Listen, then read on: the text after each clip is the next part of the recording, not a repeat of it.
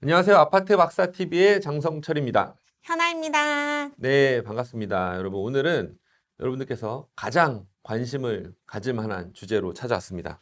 이름하여 아파트 보조금 100억. 네, 아파트 보조금 100억을 한번 만들어 보자는 야심찬 와. 도전인데요. 사실 그 아파트가 행정의 사각지대였습니다. 네, 지난 30년간 아파트가 우리 부천만 해도 1기 신도시 아파트가 지어진 지 30년 되지 않았습니까? 그 다음부터 지자체 예산을 아파트로 거의 주지 않았어요. 알고 계셨나요? 모르고 있었습니다. 부천시만 하더라도 아파트가 굉장히 많기 때문에 시민들이 한 70%가 공동주택인 아파트에 거주하고 있어요. 대한민국은 어떨까요? 어마어마하죠. 마찬가지입니다. 대한민국의 국민들도 한 70%가 공동주택인 아파트에 거주를 하고 있는데 예산이 편성될 때 보면은 이 아파트로 직접 지원하는 예산은 굉장히 작아요. 얼마나 작냐라는 거를 잘 실감을 못 하실 것 같아서 네, 기초위원인 제가 정확한 행정 네, 지표를 소개를 해드리면은 뭐 어바웃으로 소개하겠습니다. 예. 그 부천시는 예산이 1년 예산이 한 2조 5천억쯤 되거든요. 예, 이 중에 복지비가 한 55%를 차지해요. 어렵고 힘드신 분들, 또 이제 사회 취약계층한테 지원하고, 당연히 이런 건 필요하겠죠. 뭐 이것도 이제 어느 정도 수준을 맞춰야겠지만, 그러면 아파트 공동주택에 직접 지원하는 금액은 얼마냐? 3년 전, 2022년에 제가 기초위원으로 당선돼서 확인했을 때, 저는 이제 딱 기초위원 당선되자마자 궁금하니까 이거부터 찾아봤겠죠. 과연 얼마나 지원을 하지? 봤더니 19억 정도로 책정이 되어 있더라고요. 이 보조금이 어느 곳에 쓰이는 거냐면요. 뭐 예를 들어서 산책로 보수라든지 CCTV 시스템 구축을 새롭게 한다든지 뭐 승강기 뭐 교체라든지 도장공사, 노후된 배관 이런 것들을 이제 고칠 때 사용하는 금액이거든요. 그러니까 돈이 많이 드니까 사실 아파트의 장기 수선 계획에 있어서 충당금을 잘 설정을 해놓으면 그 돈으로 다 하면 되지만 사실 아파트는 구성이 어떻게 되어 있습니까? 처음 샀던 사람이 끝까지 다 소유하진 않잖아요. 그렇죠. 제때제때 장충 계획을 세워서 장기 수선 충당금을 걷어놓지 않았으면은 나중에 구입한 사람들은 관리비 폭탄을 맞는 거죠. 그렇죠? 노후된 아파트 쉽게 들어갈 수 있겠습니까? 그러면 어렵겠죠. 자, 더 놀라운 사실은 이 보조금으로 굉장히 많은 아파트의 행정을 통제를 하고 있어요. 예를 들어서 말을 잘 들어야 보조금을 받을 수 있는 점수를 어떻게 주겠다? 높게 해주겠다. 얼마 전에 이제 저희 부천시에 있는 새로운 부천시 아파트 입주 대표 그 협의회 단체도 세부하연도 이제 홍보를 잘 해주는 아파트는 이 점수를 잘 주겠다고 했어요. 근데 그것이 2022년에 19억이었던 아파트 보조금이 2023년에는 6억으로 급감을 하고요. 그리고 올해는 6억이 됐습니다. 8억으로 됐고 올해는 6억이 됐습니다. 그러니까 19억, 8억, 6억 이렇게 계속 급감하는 거예요. 그 6억이라는 돈이 부천시에 있는 모든 아파트에 해당되는 보조금이죠. 그렇죠. 예. 주택을 포함하기 때문에 이 보조금은 사실은 공동주택에 대해서 뭐 300세대 이상 의무관리 대상 공동주택은 한 4억 정도 아마 지원이 되지 않을까 싶어요. 그래서 제가 이제 많은 사람들이 모였을 때 좀 선언을 했습니다. 제가 이제 공동주택에 사시고 계시는 입주민들에 대한 어떤 그 권익을 보호하는 차원에서 시 예산이 2조 4천억인데 1년에 그 중에 100억 정도는 시민들 직접 지원을 하니까 얼마나 체감이 높겠어요. 그렇죠? 그렇죠. 저도 직장 생활을 한 10년 이상 했는데 진짜 바쁘고 사회 초년생일 때는 주변에 공원 갈 시간도 없더라고요. 그 집에 쓰러져 자기 바빠요, 주말에. 그렇죠? 그러면은 집에 있다가 대중교통 수단 이용해서 출근을 하고 다시 집에 들어와서 자고 뭐 이런 생활을 반복하는데 세금은 매달 내 월급에서 꼬박꼬박 다 나가서 이 사회에 기여를 하고 있습니다. 굉장하신 분들이에요. 예, 저는 직장인들을 존경합니다. 저도 직장인 생활을 했지만 매달 이렇게 세금을 낸다는 것 자체가 얼마나 대단한 건지 체감을 못하고 살았어요, 저도. 그냥 이 나라는 세금 도둑이구나라고만 생각을 하고 있다가 막상 내가 지자체에 들어와서 예, 시민들의 그 혈세로 예, 세비로 제가 이제 의원 활동을 하면서 생활을 하다 보니까 야, 이렇게 그 평범한 직장 생활을 하는 분들이 이 시대의 영웅들이구나.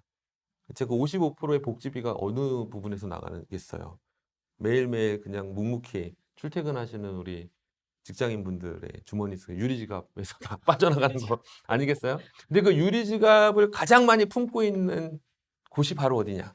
아파트. 바로 공동주택인 아파트입니다. 예, 유리지갑 집합소예요.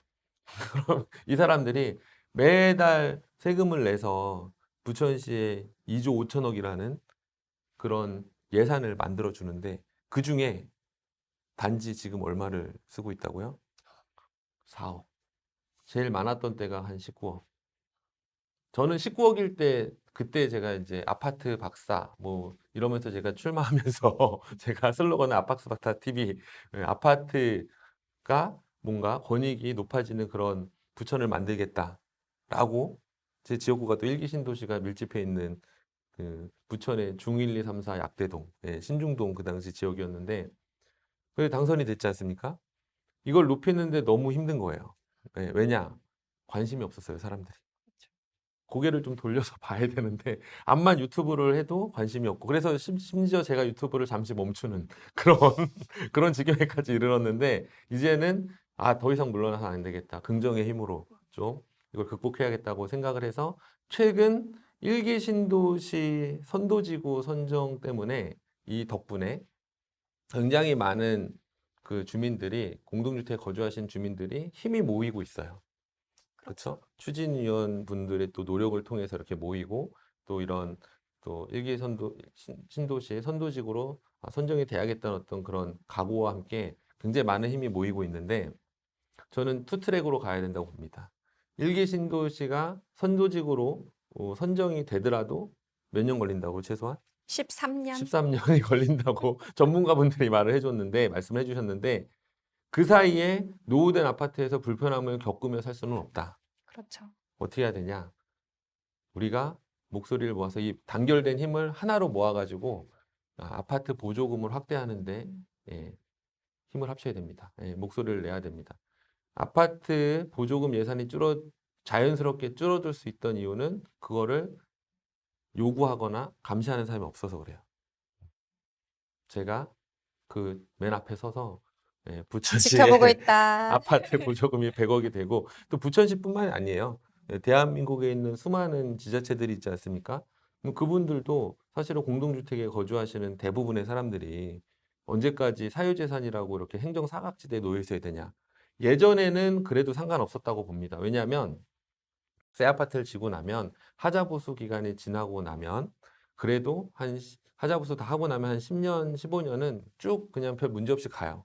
근데 10년 지나고 15년 지나면 이제 엘리베이터도 문제가 생기죠. 다 노후화되고 예, 도색도 몇 번 하다 보면 벗겨지고. 장기 수선 충당금을 제대로 세워놔야 도색을 하는데 자꾸 이렇게 아파트에 대한 프레임, 관리비가 싸면 관리를 잘하는 거다라는 말도 안 되는 프레임 때문에 적정해야지 되는 거거든요. 유지를 하려면 아파트에 대한 가치를 유지하려면 장기수선 계획을 적정히 세워서 적절한 때에 그 조치들을 취해놔야 되는데 그거를 그냥 관리비 싸면은 관리 잘하는 거다 하니까 이 한 뜻이 돼서 아파트 관리소장님도 굳이 뭐 공사를 지금 하냐 그럼 미루고 충당금도 더 높여야 되는데 주민들 반발하는데 뭐 이렇게 높입니까 하고 입대비도 부담스러우니까 안 높이고 그러니까 우리가 물가가 요즘 얼마나 많이 올랐습니까? 자재비도 오르고 조정을 해줘야 되거든요. 정기적으로. 근데 그런 걸 안 해놓다 보니까 어느 순간에 부족한 거예요. 근데 그 부족한 부분을 과연 입주민들의 책임으로만 돌려야 되냐? 아파트를 소유한 개인의 책임으로만 돌려야 되냐라는 문제를 제기하는 바입니다. 어떻게 생각하십니까? 옳습니다. 그렇죠. 이거는 지자체가 지원을 해서 어느 정도 해결을 하지 않으면 나중에는 더 큰 문제들이 발생한다라고 보고요. 최근에 이제 과천시에서 아파트 보조금 지원 3억 편성 형평성 논란이라는 주제로 기사가 올라왔습니다. 뭐 한 2년 전 일이긴 한 2022년 말쯤에 있었던 내용인데요. 저는 더 많이 해야 된다. 공을 하나 붙이고 몇 배 올려야 된다고 최소 생각을 100억? 하고요. 그렇죠. 예. 왜냐하면 노후 아파트 관리를 위하는 거예요. 신축 아파트는 저기 하자보수 기간이 끝나기 전까지는 지원이 못 되게 돼 있어요. 예. 그렇기 때문에 법적으로 이거는 할 수 있는 거고, 보조금 지원 조례에 따라 우리 이제 부천시 같은 경우는 이 조례도 좀 정비를 해야 되는데 1,000세대 이하는 최대 1억, 1,000세대 이상은 1억 2천만 원, 2,000세대 이상은 1억 5천만 원을 지원할 수 있다고 이 과천시의 이 담당 과장이 얘기를 하고 있습니다. 그러니까 그냥 무분별하게 한 곳에 막 2, 30억 주는 게 아니고요. 부천시만 하더라도 187개의 300세대 이상 임무단지가 있는데 1억씩만 주면 187억이에요. 그렇죠? 근데 생각보다 이만큼 그 체감이 높은 지원이 없는 겁니다. 기존의 여러 복지나 지원은 사업비나 운영비가 많이 들어가게 돼 있어서 체감을 많이 못 하는데 이 아파트 보조금 같은 경우는 어떻게 보면 이 아파트에 생기는 여러 가지 갈등들, 문제들을 나름대로 적절하게 지자체가 개입해서 해결해 줄 수 있다. 나는 몰랐는데 입주를 해보니 엘리베이터가 멈춘 거예요. 갇혔네요. 그쵸? 나는 20층에 살아요. 어. 애도 있어. 유모차 끌고 다녀야 되고 하는데 갑자기 갈등이 생긴 거예요. 너무 비싸서 장충 계획에 따라서 해야지 갑자기 돈을 더 걷어서는 안 된다. 그동안 돈을 많이 안 걷어놨기 때문에 이런 문제가 생긴 거고 입주한 주민이 무슨 잘못이 있습니까? 그런 문제들은 복잡하게 얽혀있는 이런 문제들은 누가 개입을 해야 돼요? 지자체. 지자체가 개입을 해서 풀어줘야겠죠. 근데 지자체는 아파트를 어떻게 바라보느냐? 사실 구조상으로 민원 덩어리로밖에 보지 않아요. 왜냐하면 좋은 일로 전화 오는 적이 없다는 거예요. 아파트에서 대부분 문제가 생겼을 때 뭐 주택정책과나 동등주택관리과나 이런 데 이제 지자체마다 이 공동주택 관리하는 그런 과들이 있는데 그런데 전화를 하다 보니까 굉장히 힘든 거예요. 현업 부서들도. 그러니까 서로 이런 부분에 대해서는 시도 지원도 많이 하고 부서도 확대해주고 예산도 높여주고 해야 시민들의 삶이 체감하는 어떤 그런 정책적으로 효과가 나타나는데 지금은 행정사각지대에 놓여 있다. 이것을 우리 아파트 박사 TV가 그리고 우리가 우리 영 아파트 피플이 함께 개선해 나가겠다는 각오를 한번 해봅니다. 자, 아파트 보조금 100억. 지금은 이거 너무 많은 거 아니야? 생각될 수 있지만 언젠가는 100억밖에 안 돼? 라고 생각되는 그날을 위하여 아. 네, 화이팅! 화이팅! 네, 화이팅 하겠습니다. 감사합니다.